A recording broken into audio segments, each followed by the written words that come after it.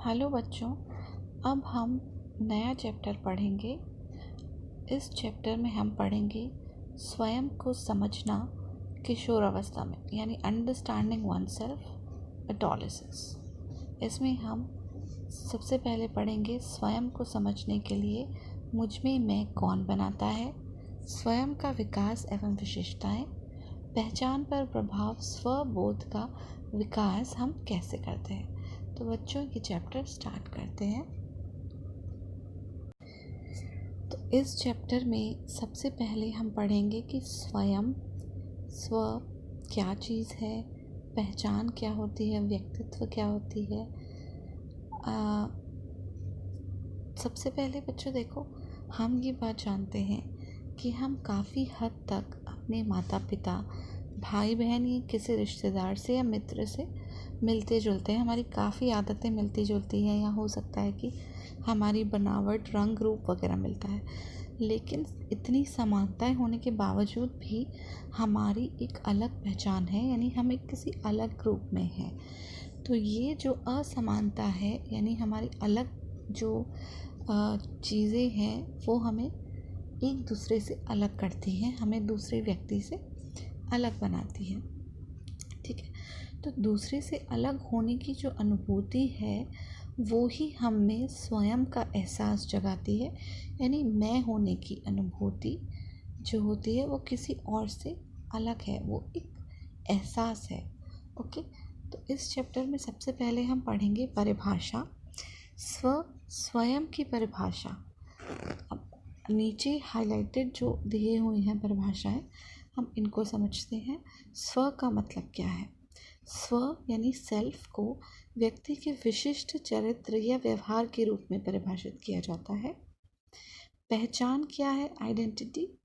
Identity को किसी व्यक्ति के विशिष्ट चरित्र या व्यक्तित्व के रूप में परिभाषित किया जाता है, यानी किसी व्यक्ति के विशिष्ट चरित्र और व्यक्तित्व को ही हम उसकी पहचान कहते हैं। और ये ही जो पहचान है, यानी वो विशिष्ट चरित्र और व्यक्तित्व, वो इस आदमी को, उस व्यक्ति को स्व की भावना देता है। यानी पहचान से ही हमें स्व का ज्ञान होता है, अपनी सेल्फ का ज्ञान होता है। व्यक्तित्व क्या चीज़ है? जो हम कहते हैं पर्सनालिटी। पर्सनालिटी को हम उन विशेषताओं के समूह के रूप में परिभाषित करते हैं जो किसी व्यक्ति को दूसरे से अलग बनाती हैं, क्योंकि हर एक आदमी में अलग अलग क्वालिटीज़ होती हैं, अलग अलग गुण होते हैं। तो वो विशेषताएं जो उनमें है, या उनका जो व्यक्तित्व है, जो विशिष्ट चरित्र है, वो उस आदमी को दूसरे व्यक्ति से अलग करता है। तो वो ही जो विशेषताएं हैं, उनका समूह ही हमें, हमारे व्यक्तित्व को बनाता है, हमारी पर्सनालिटी को बनाता है। अब हम पढ़ेंगे स्व तत्व क्या है, जिसे हम कहते हैं सेल्फ। यानी स्वयं की अनुभूति का अर्थ है यह अनुभव करना कि हम कौन हैं और कौन कौन सी बातें हमें दूसरे से अलग बनाती हैं। अगर मैं आपको बोलूं कि आप अपने बारे में कुछ बताएं या आप कौन हैं, तो आपके अंदर एक अनुभूति आएगी जिसमें आप को ये अनुभव के हिसाब से या अपनी विचारों के हिसाब से आप ये जानेंगे, ये बता पाएंगे कि आप कौन हैं और आप दूसरों से अलग क्यों हैं। यानी अगर आपके कोई फ्रेंड है, आपका भाई बहन है, तो आप उनके जैसे क्यों नहीं हैं, आप उनसे अलग क्यों हैं? क्योंकि आप में कुछ ऐसी विशिष्टताएं हैं जो आपको उनसे अलग बनाती है। तो वो ही अनुभूति जो है, स्वयं की अनुभूति है, जो आपको बताती है कि आप कौन हैं और आपसे अलग, आप दूसरे से अलग कैसे हैं। किशोरावस्था यानी अडोलेसेंट एक ऐसी अवस्था या एक ऐसी स्टेज होती है, किशोरावस्था जिसे हम टीन एज भी कहते हैं, यानी जो जनरली 11 से 18 साल की उम्र है। ये जो अवस्था है, ये अवस्था जब कोई व्यक्ति खुद को परिभाषित करना शुरू करता है, यानी कि ये एक विशेष समय है, एक विशेष स्टेज है जहाँ पे हर व्यक्ति को अपने स्वयं के बारे में ज्ञान होना शुरू होता है। व्यक्ति खुद को परिभाषित कर सकता है, उसको अपनी स्वयं की पहचान हो जाती है। आत्म क्या है? आत्म एक व्यक्ति की पहचान होती है। देखो, स्व शब्द का तात्पर्य किसी व्यक्ति के अनुभवों, विचारों और भावनाओं की समग्रता से है जो वह स्वयं के संबंध में रखता है। यानी अगर आपको आपके बारे में बोलने को कहा जाए तो ये ज़रूरी नहीं कि दूसरा आदमी आपके बारे में वो ठीक वैसे ही विचार रखता हो जैसे आप रखते हैं।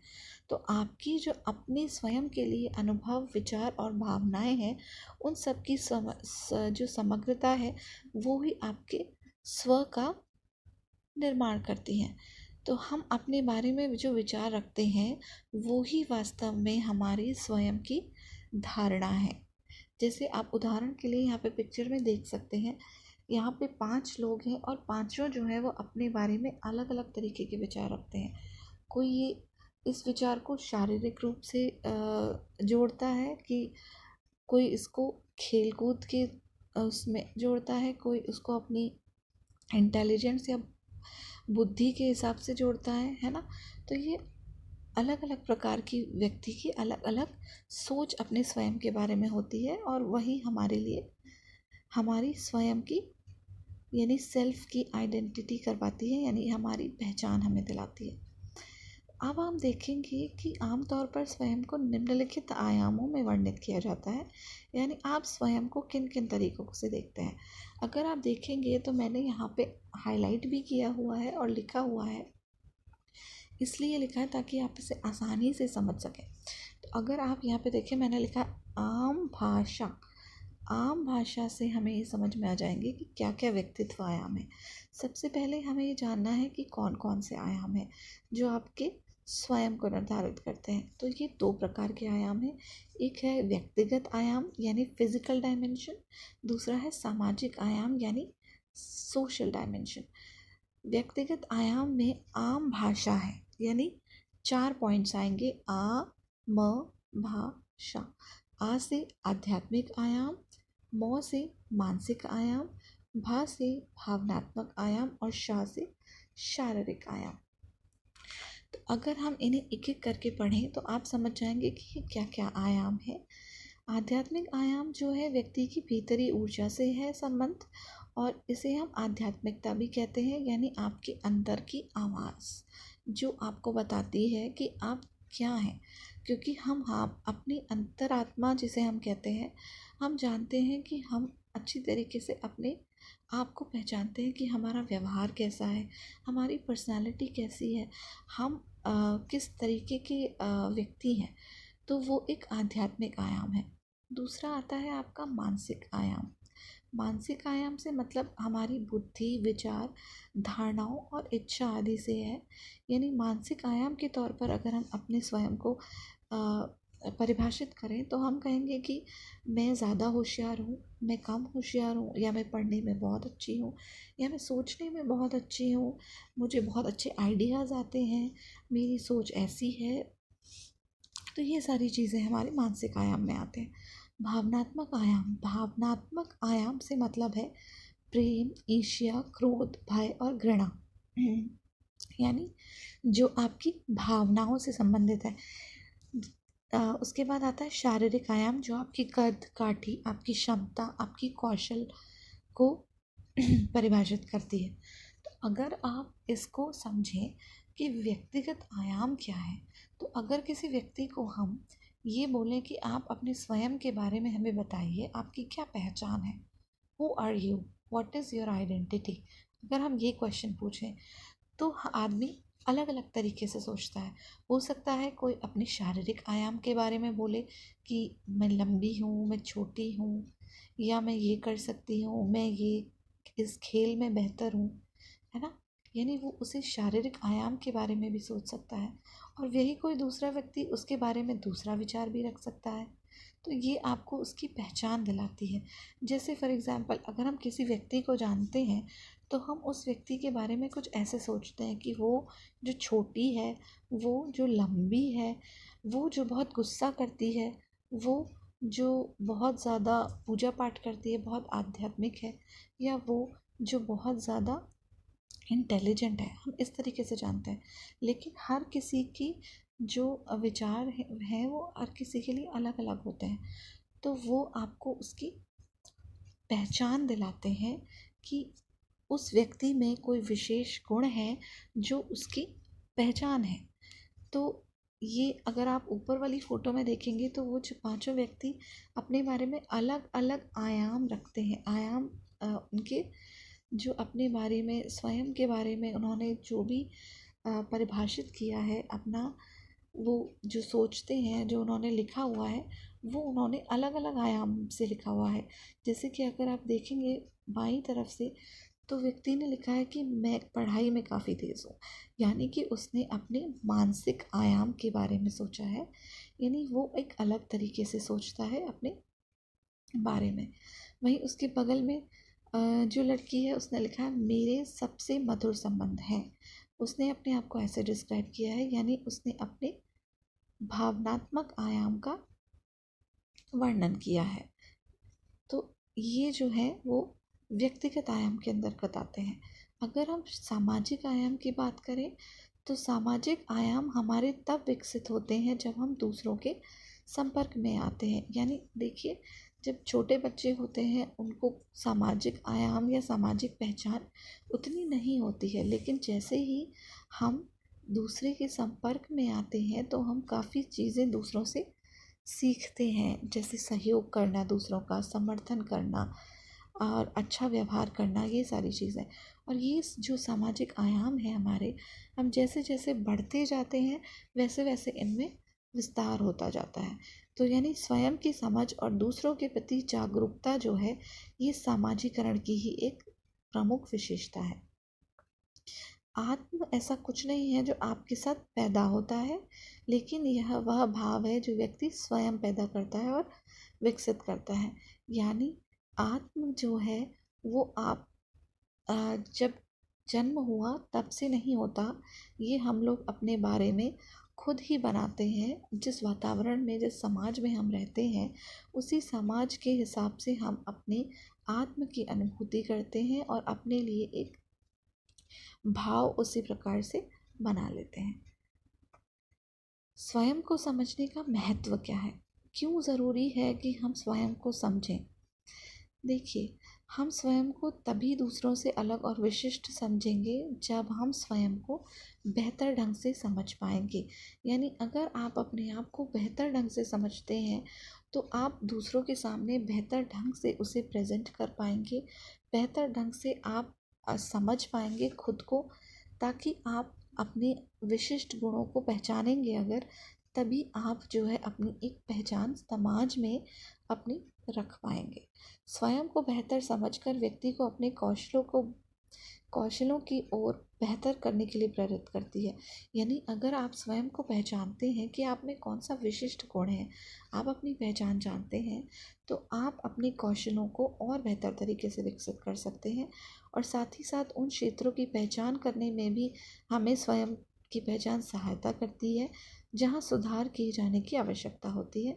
आमतौर पर आत्म जागरूकता यानी सेल्फ अवेयरनेस ही स्वयं के लक्ष्य निर्धारित करने का पहला कदम है। आत्म जागरूकता का मतलब है, अगर आप अपने बारे में जानते हैं, सेल्फ अवेयर हैं, तो आप जो है अपने पॉजिटिव यानी सकारात्मक और नेगेटिव नकारात्मक दोनों गुणों को अच्छी तरीके से समझ पाएंगे। और आप कोशिश करेंगे जो आपके अंतर अंतर नकारात्मक गुण है आप उन्हें कैसे सुधार सकें, और जो कुछ कमी आपके अंदर है वो आप उसे कैसे बेहतर बना सकें। इसके लिए हम एक उदाहरण में समझ सकते हैं कि जैसे किसी व्यक्ति की हैंडराइटिंग जो है वो ख़राब है, तो वो स्वयं की पहचान जानता है कि मेरी हैंडराइटिंग बुरी है और मैं अच्छा नहीं लिखती हूँ, तो वो उस गुण को पहचानेगा, स्वयं को पहचानेगा और उसको वो बेहतर करने को कोशिश करेगा। यानी उससे उसकी पहचान है और वो आगे उसे बेहतर करने के लिए प्रेरित होगा। तो उसे वो उसकी पहचान उसे प्रेरित करती है और ये भी प्रेरित करती है कि कहाँ पे उसे सुधार किए जाने का की विशेष आवश्यकता है। तो ये एक उदाहरण है। उसके अलावा कई उदाहरण हैं, जैसे किसी के व्यवहार में अगर कोई कमी है, किसी को गुस्सा ज़्यादा आता है, या फिर कोई काफ़ी अकेला रहता है, डिप्रेशन में रहता है, तो वो स्वयं के बारे में जानता है कि हाँ, मेरे अंदर ये मेरी स्वयं की सोच है, तो वो उसे स्वयं की जो भावना है वो ही उसे आगे उसे बेहतर करने के लिए और सुधारने के लिए प्रेरित करती है। तो इसीलिए हमें स्वयं को समझना और आत्म जागरूकता जो है वो बहुत ज़रूरी है। अब हम पढ़ते हैं स्व संकल्पना यानी सेल्फ कॉन्सेप्ट। सेल्फ कॉन्सेप्ट क्या है? स्व संकल्पना जो है वो स्वयं के बारे में अनुभूतियों और विचारों का एक संग्रह है। यानी आप अपने बारे में क्या क्या विचार रखते हैं, ये जो विचार और अनुभूति हैं इन सब का संग्रह ही स्व संकल्पना है। और जो स्व संकल्पना और आत्मसम्मान है व्यक्ति की पहचान के ही तत्व होते हैं। अब आप यहाँ पर देखेंगे, सरल शब्दों में अगर हम कहें तो स्व संकल्पना स्वयं का ही वर्णन है। मैं कौन हूँ, अगर आप अपने आप से ये सवाल करेंगे तो उसका जवाब आपके जो माइंड में अपने आप आएगा, जो आंसर आएगा वो ही आपको ये बता रहा है कि आपकी स्व संकल्पना यानी आप अपने बारे में क्या कॉन्सेप्ट रखते हैं, सेल्फ कॉन्सेप्ट क्या है आपका। तो ये ही जो जवाब है वो आपका सेल्फ कॉन्सेप्ट है। ये हमारे गुण भी हो सकते हैं, हमारे कोई कौशल भी हो सकते हैं जिस चीज़ में आप अच्छे हैं, आपकी क्षमताएं भी हो सकती हैं, आपकी भावनाएं भी हो सकती हैं, आपके विचार भी हो सकते हैं। तो ये सारे जो गुण हैं ये सब कुछ मिलकर के आपकी स्व संकल्पना का निर्माण करते हैं। अब हम पढ़ते हैं सेल्फ एस्टीम यानी स्वाभिमान। आपने ये सुना होगा स्वाभिमान, आत्मसम्मान भी जिसे हम कहते हैं। सेल्फ एस्टीम क्या चीज़ है? देखो, आत्मसम्मान जो है वो स्वयं का मूल्यांकन है। आप अपना मूल्यांकन किस तरीके से करते हैं, आपका आत्मसम्मान कहलाता है।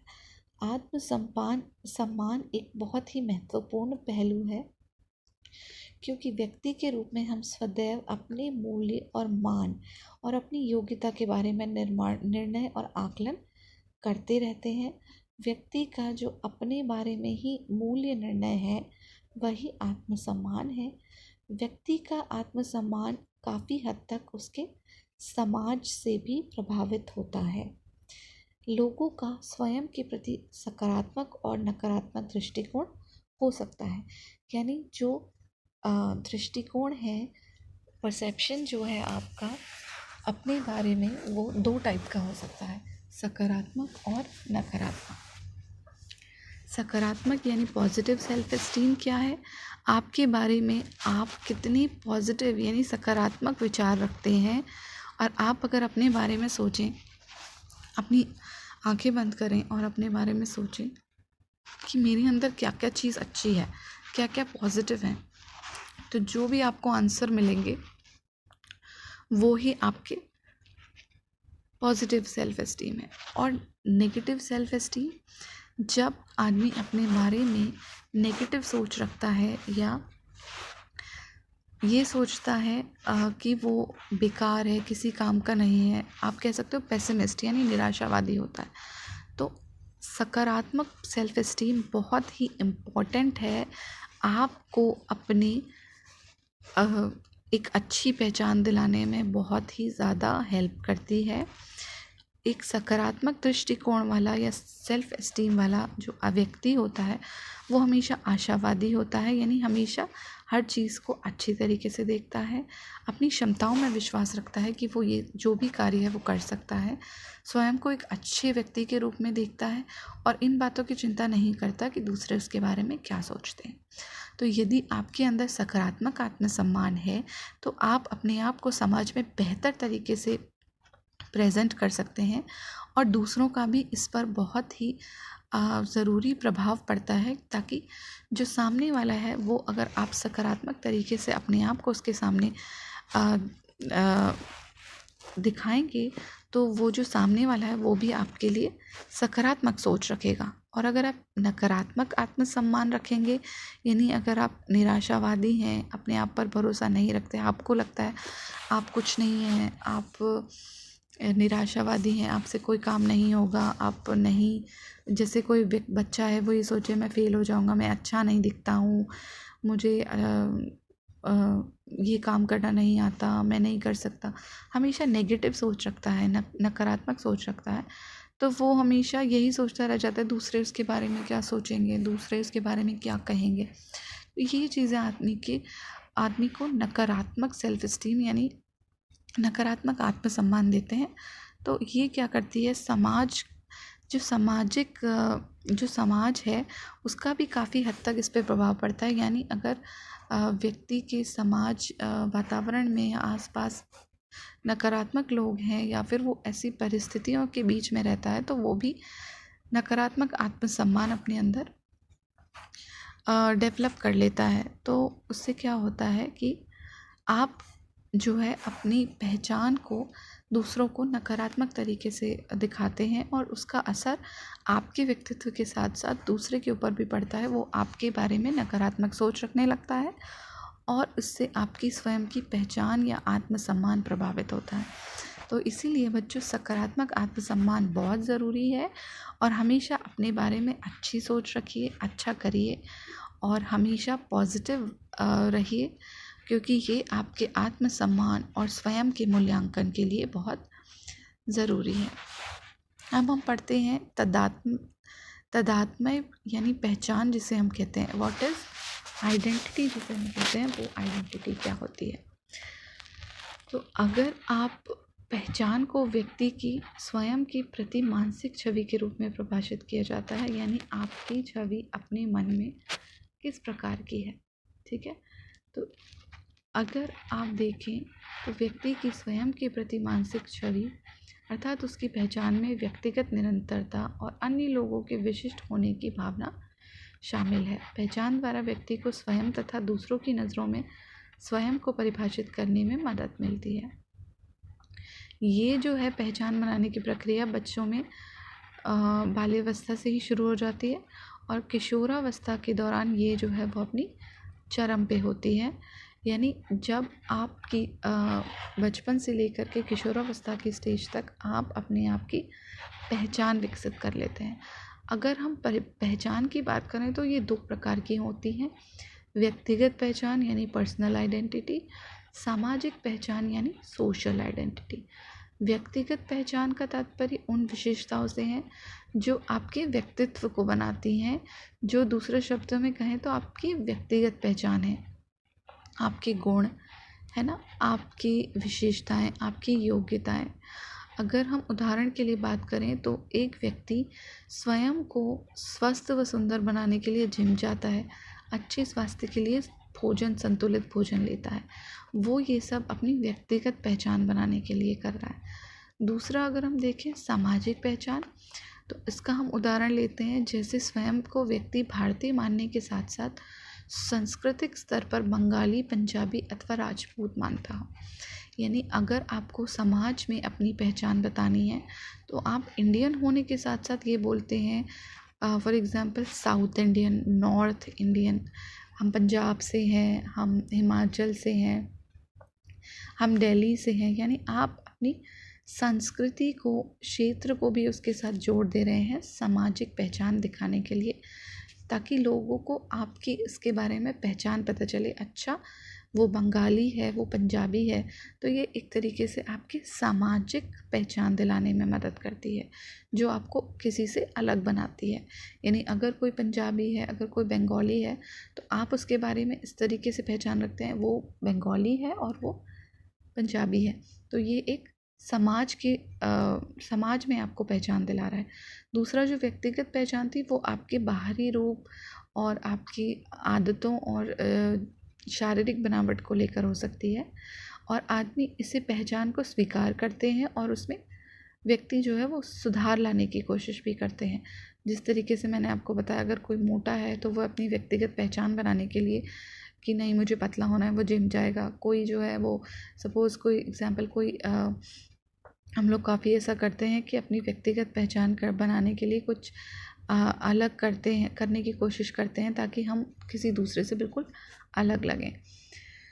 तो अगर हम ये कहें तो ये गलत नहीं होगा कि स्व का निर्माण जीवन की संपूर्ण यात्रा का निष्कर्ष है। आपने इससे पहले पढ़ा तो हमने यही सब पढ़ा कि स्व को जानना यानी अपने आप को, स्वयं को जानना कितना ज़रूरी है और कितने तरीके हैं कितनी सारी चीज़ें हैं जो हमारे स्वयं को अफेक्ट करती हैं, उनको प्रभावित करती हैं। हमारे गुण, हमारी योग्यताएं, क्षमताएं और अनुभव, ये सारी चीज़ें धीरे धीरे हमारे स्वयं को दूसरों से अलग करती हैं और हमें एक अलग पहचान दिलाती है। तो जैसे जैसे हमारी एज बढ़ती जाती है, हम अपनी पहचान और अपने अनुभव और क्षमताओं के आधार पर बनाते हैं। अब अगर हम ये पढ़ें कि कौन से कारक हैं जो आपकी स्व संकल्पना और पहचान के विकास को प्रभावित करती है, यानी factors that influence the development of selfhood and identity.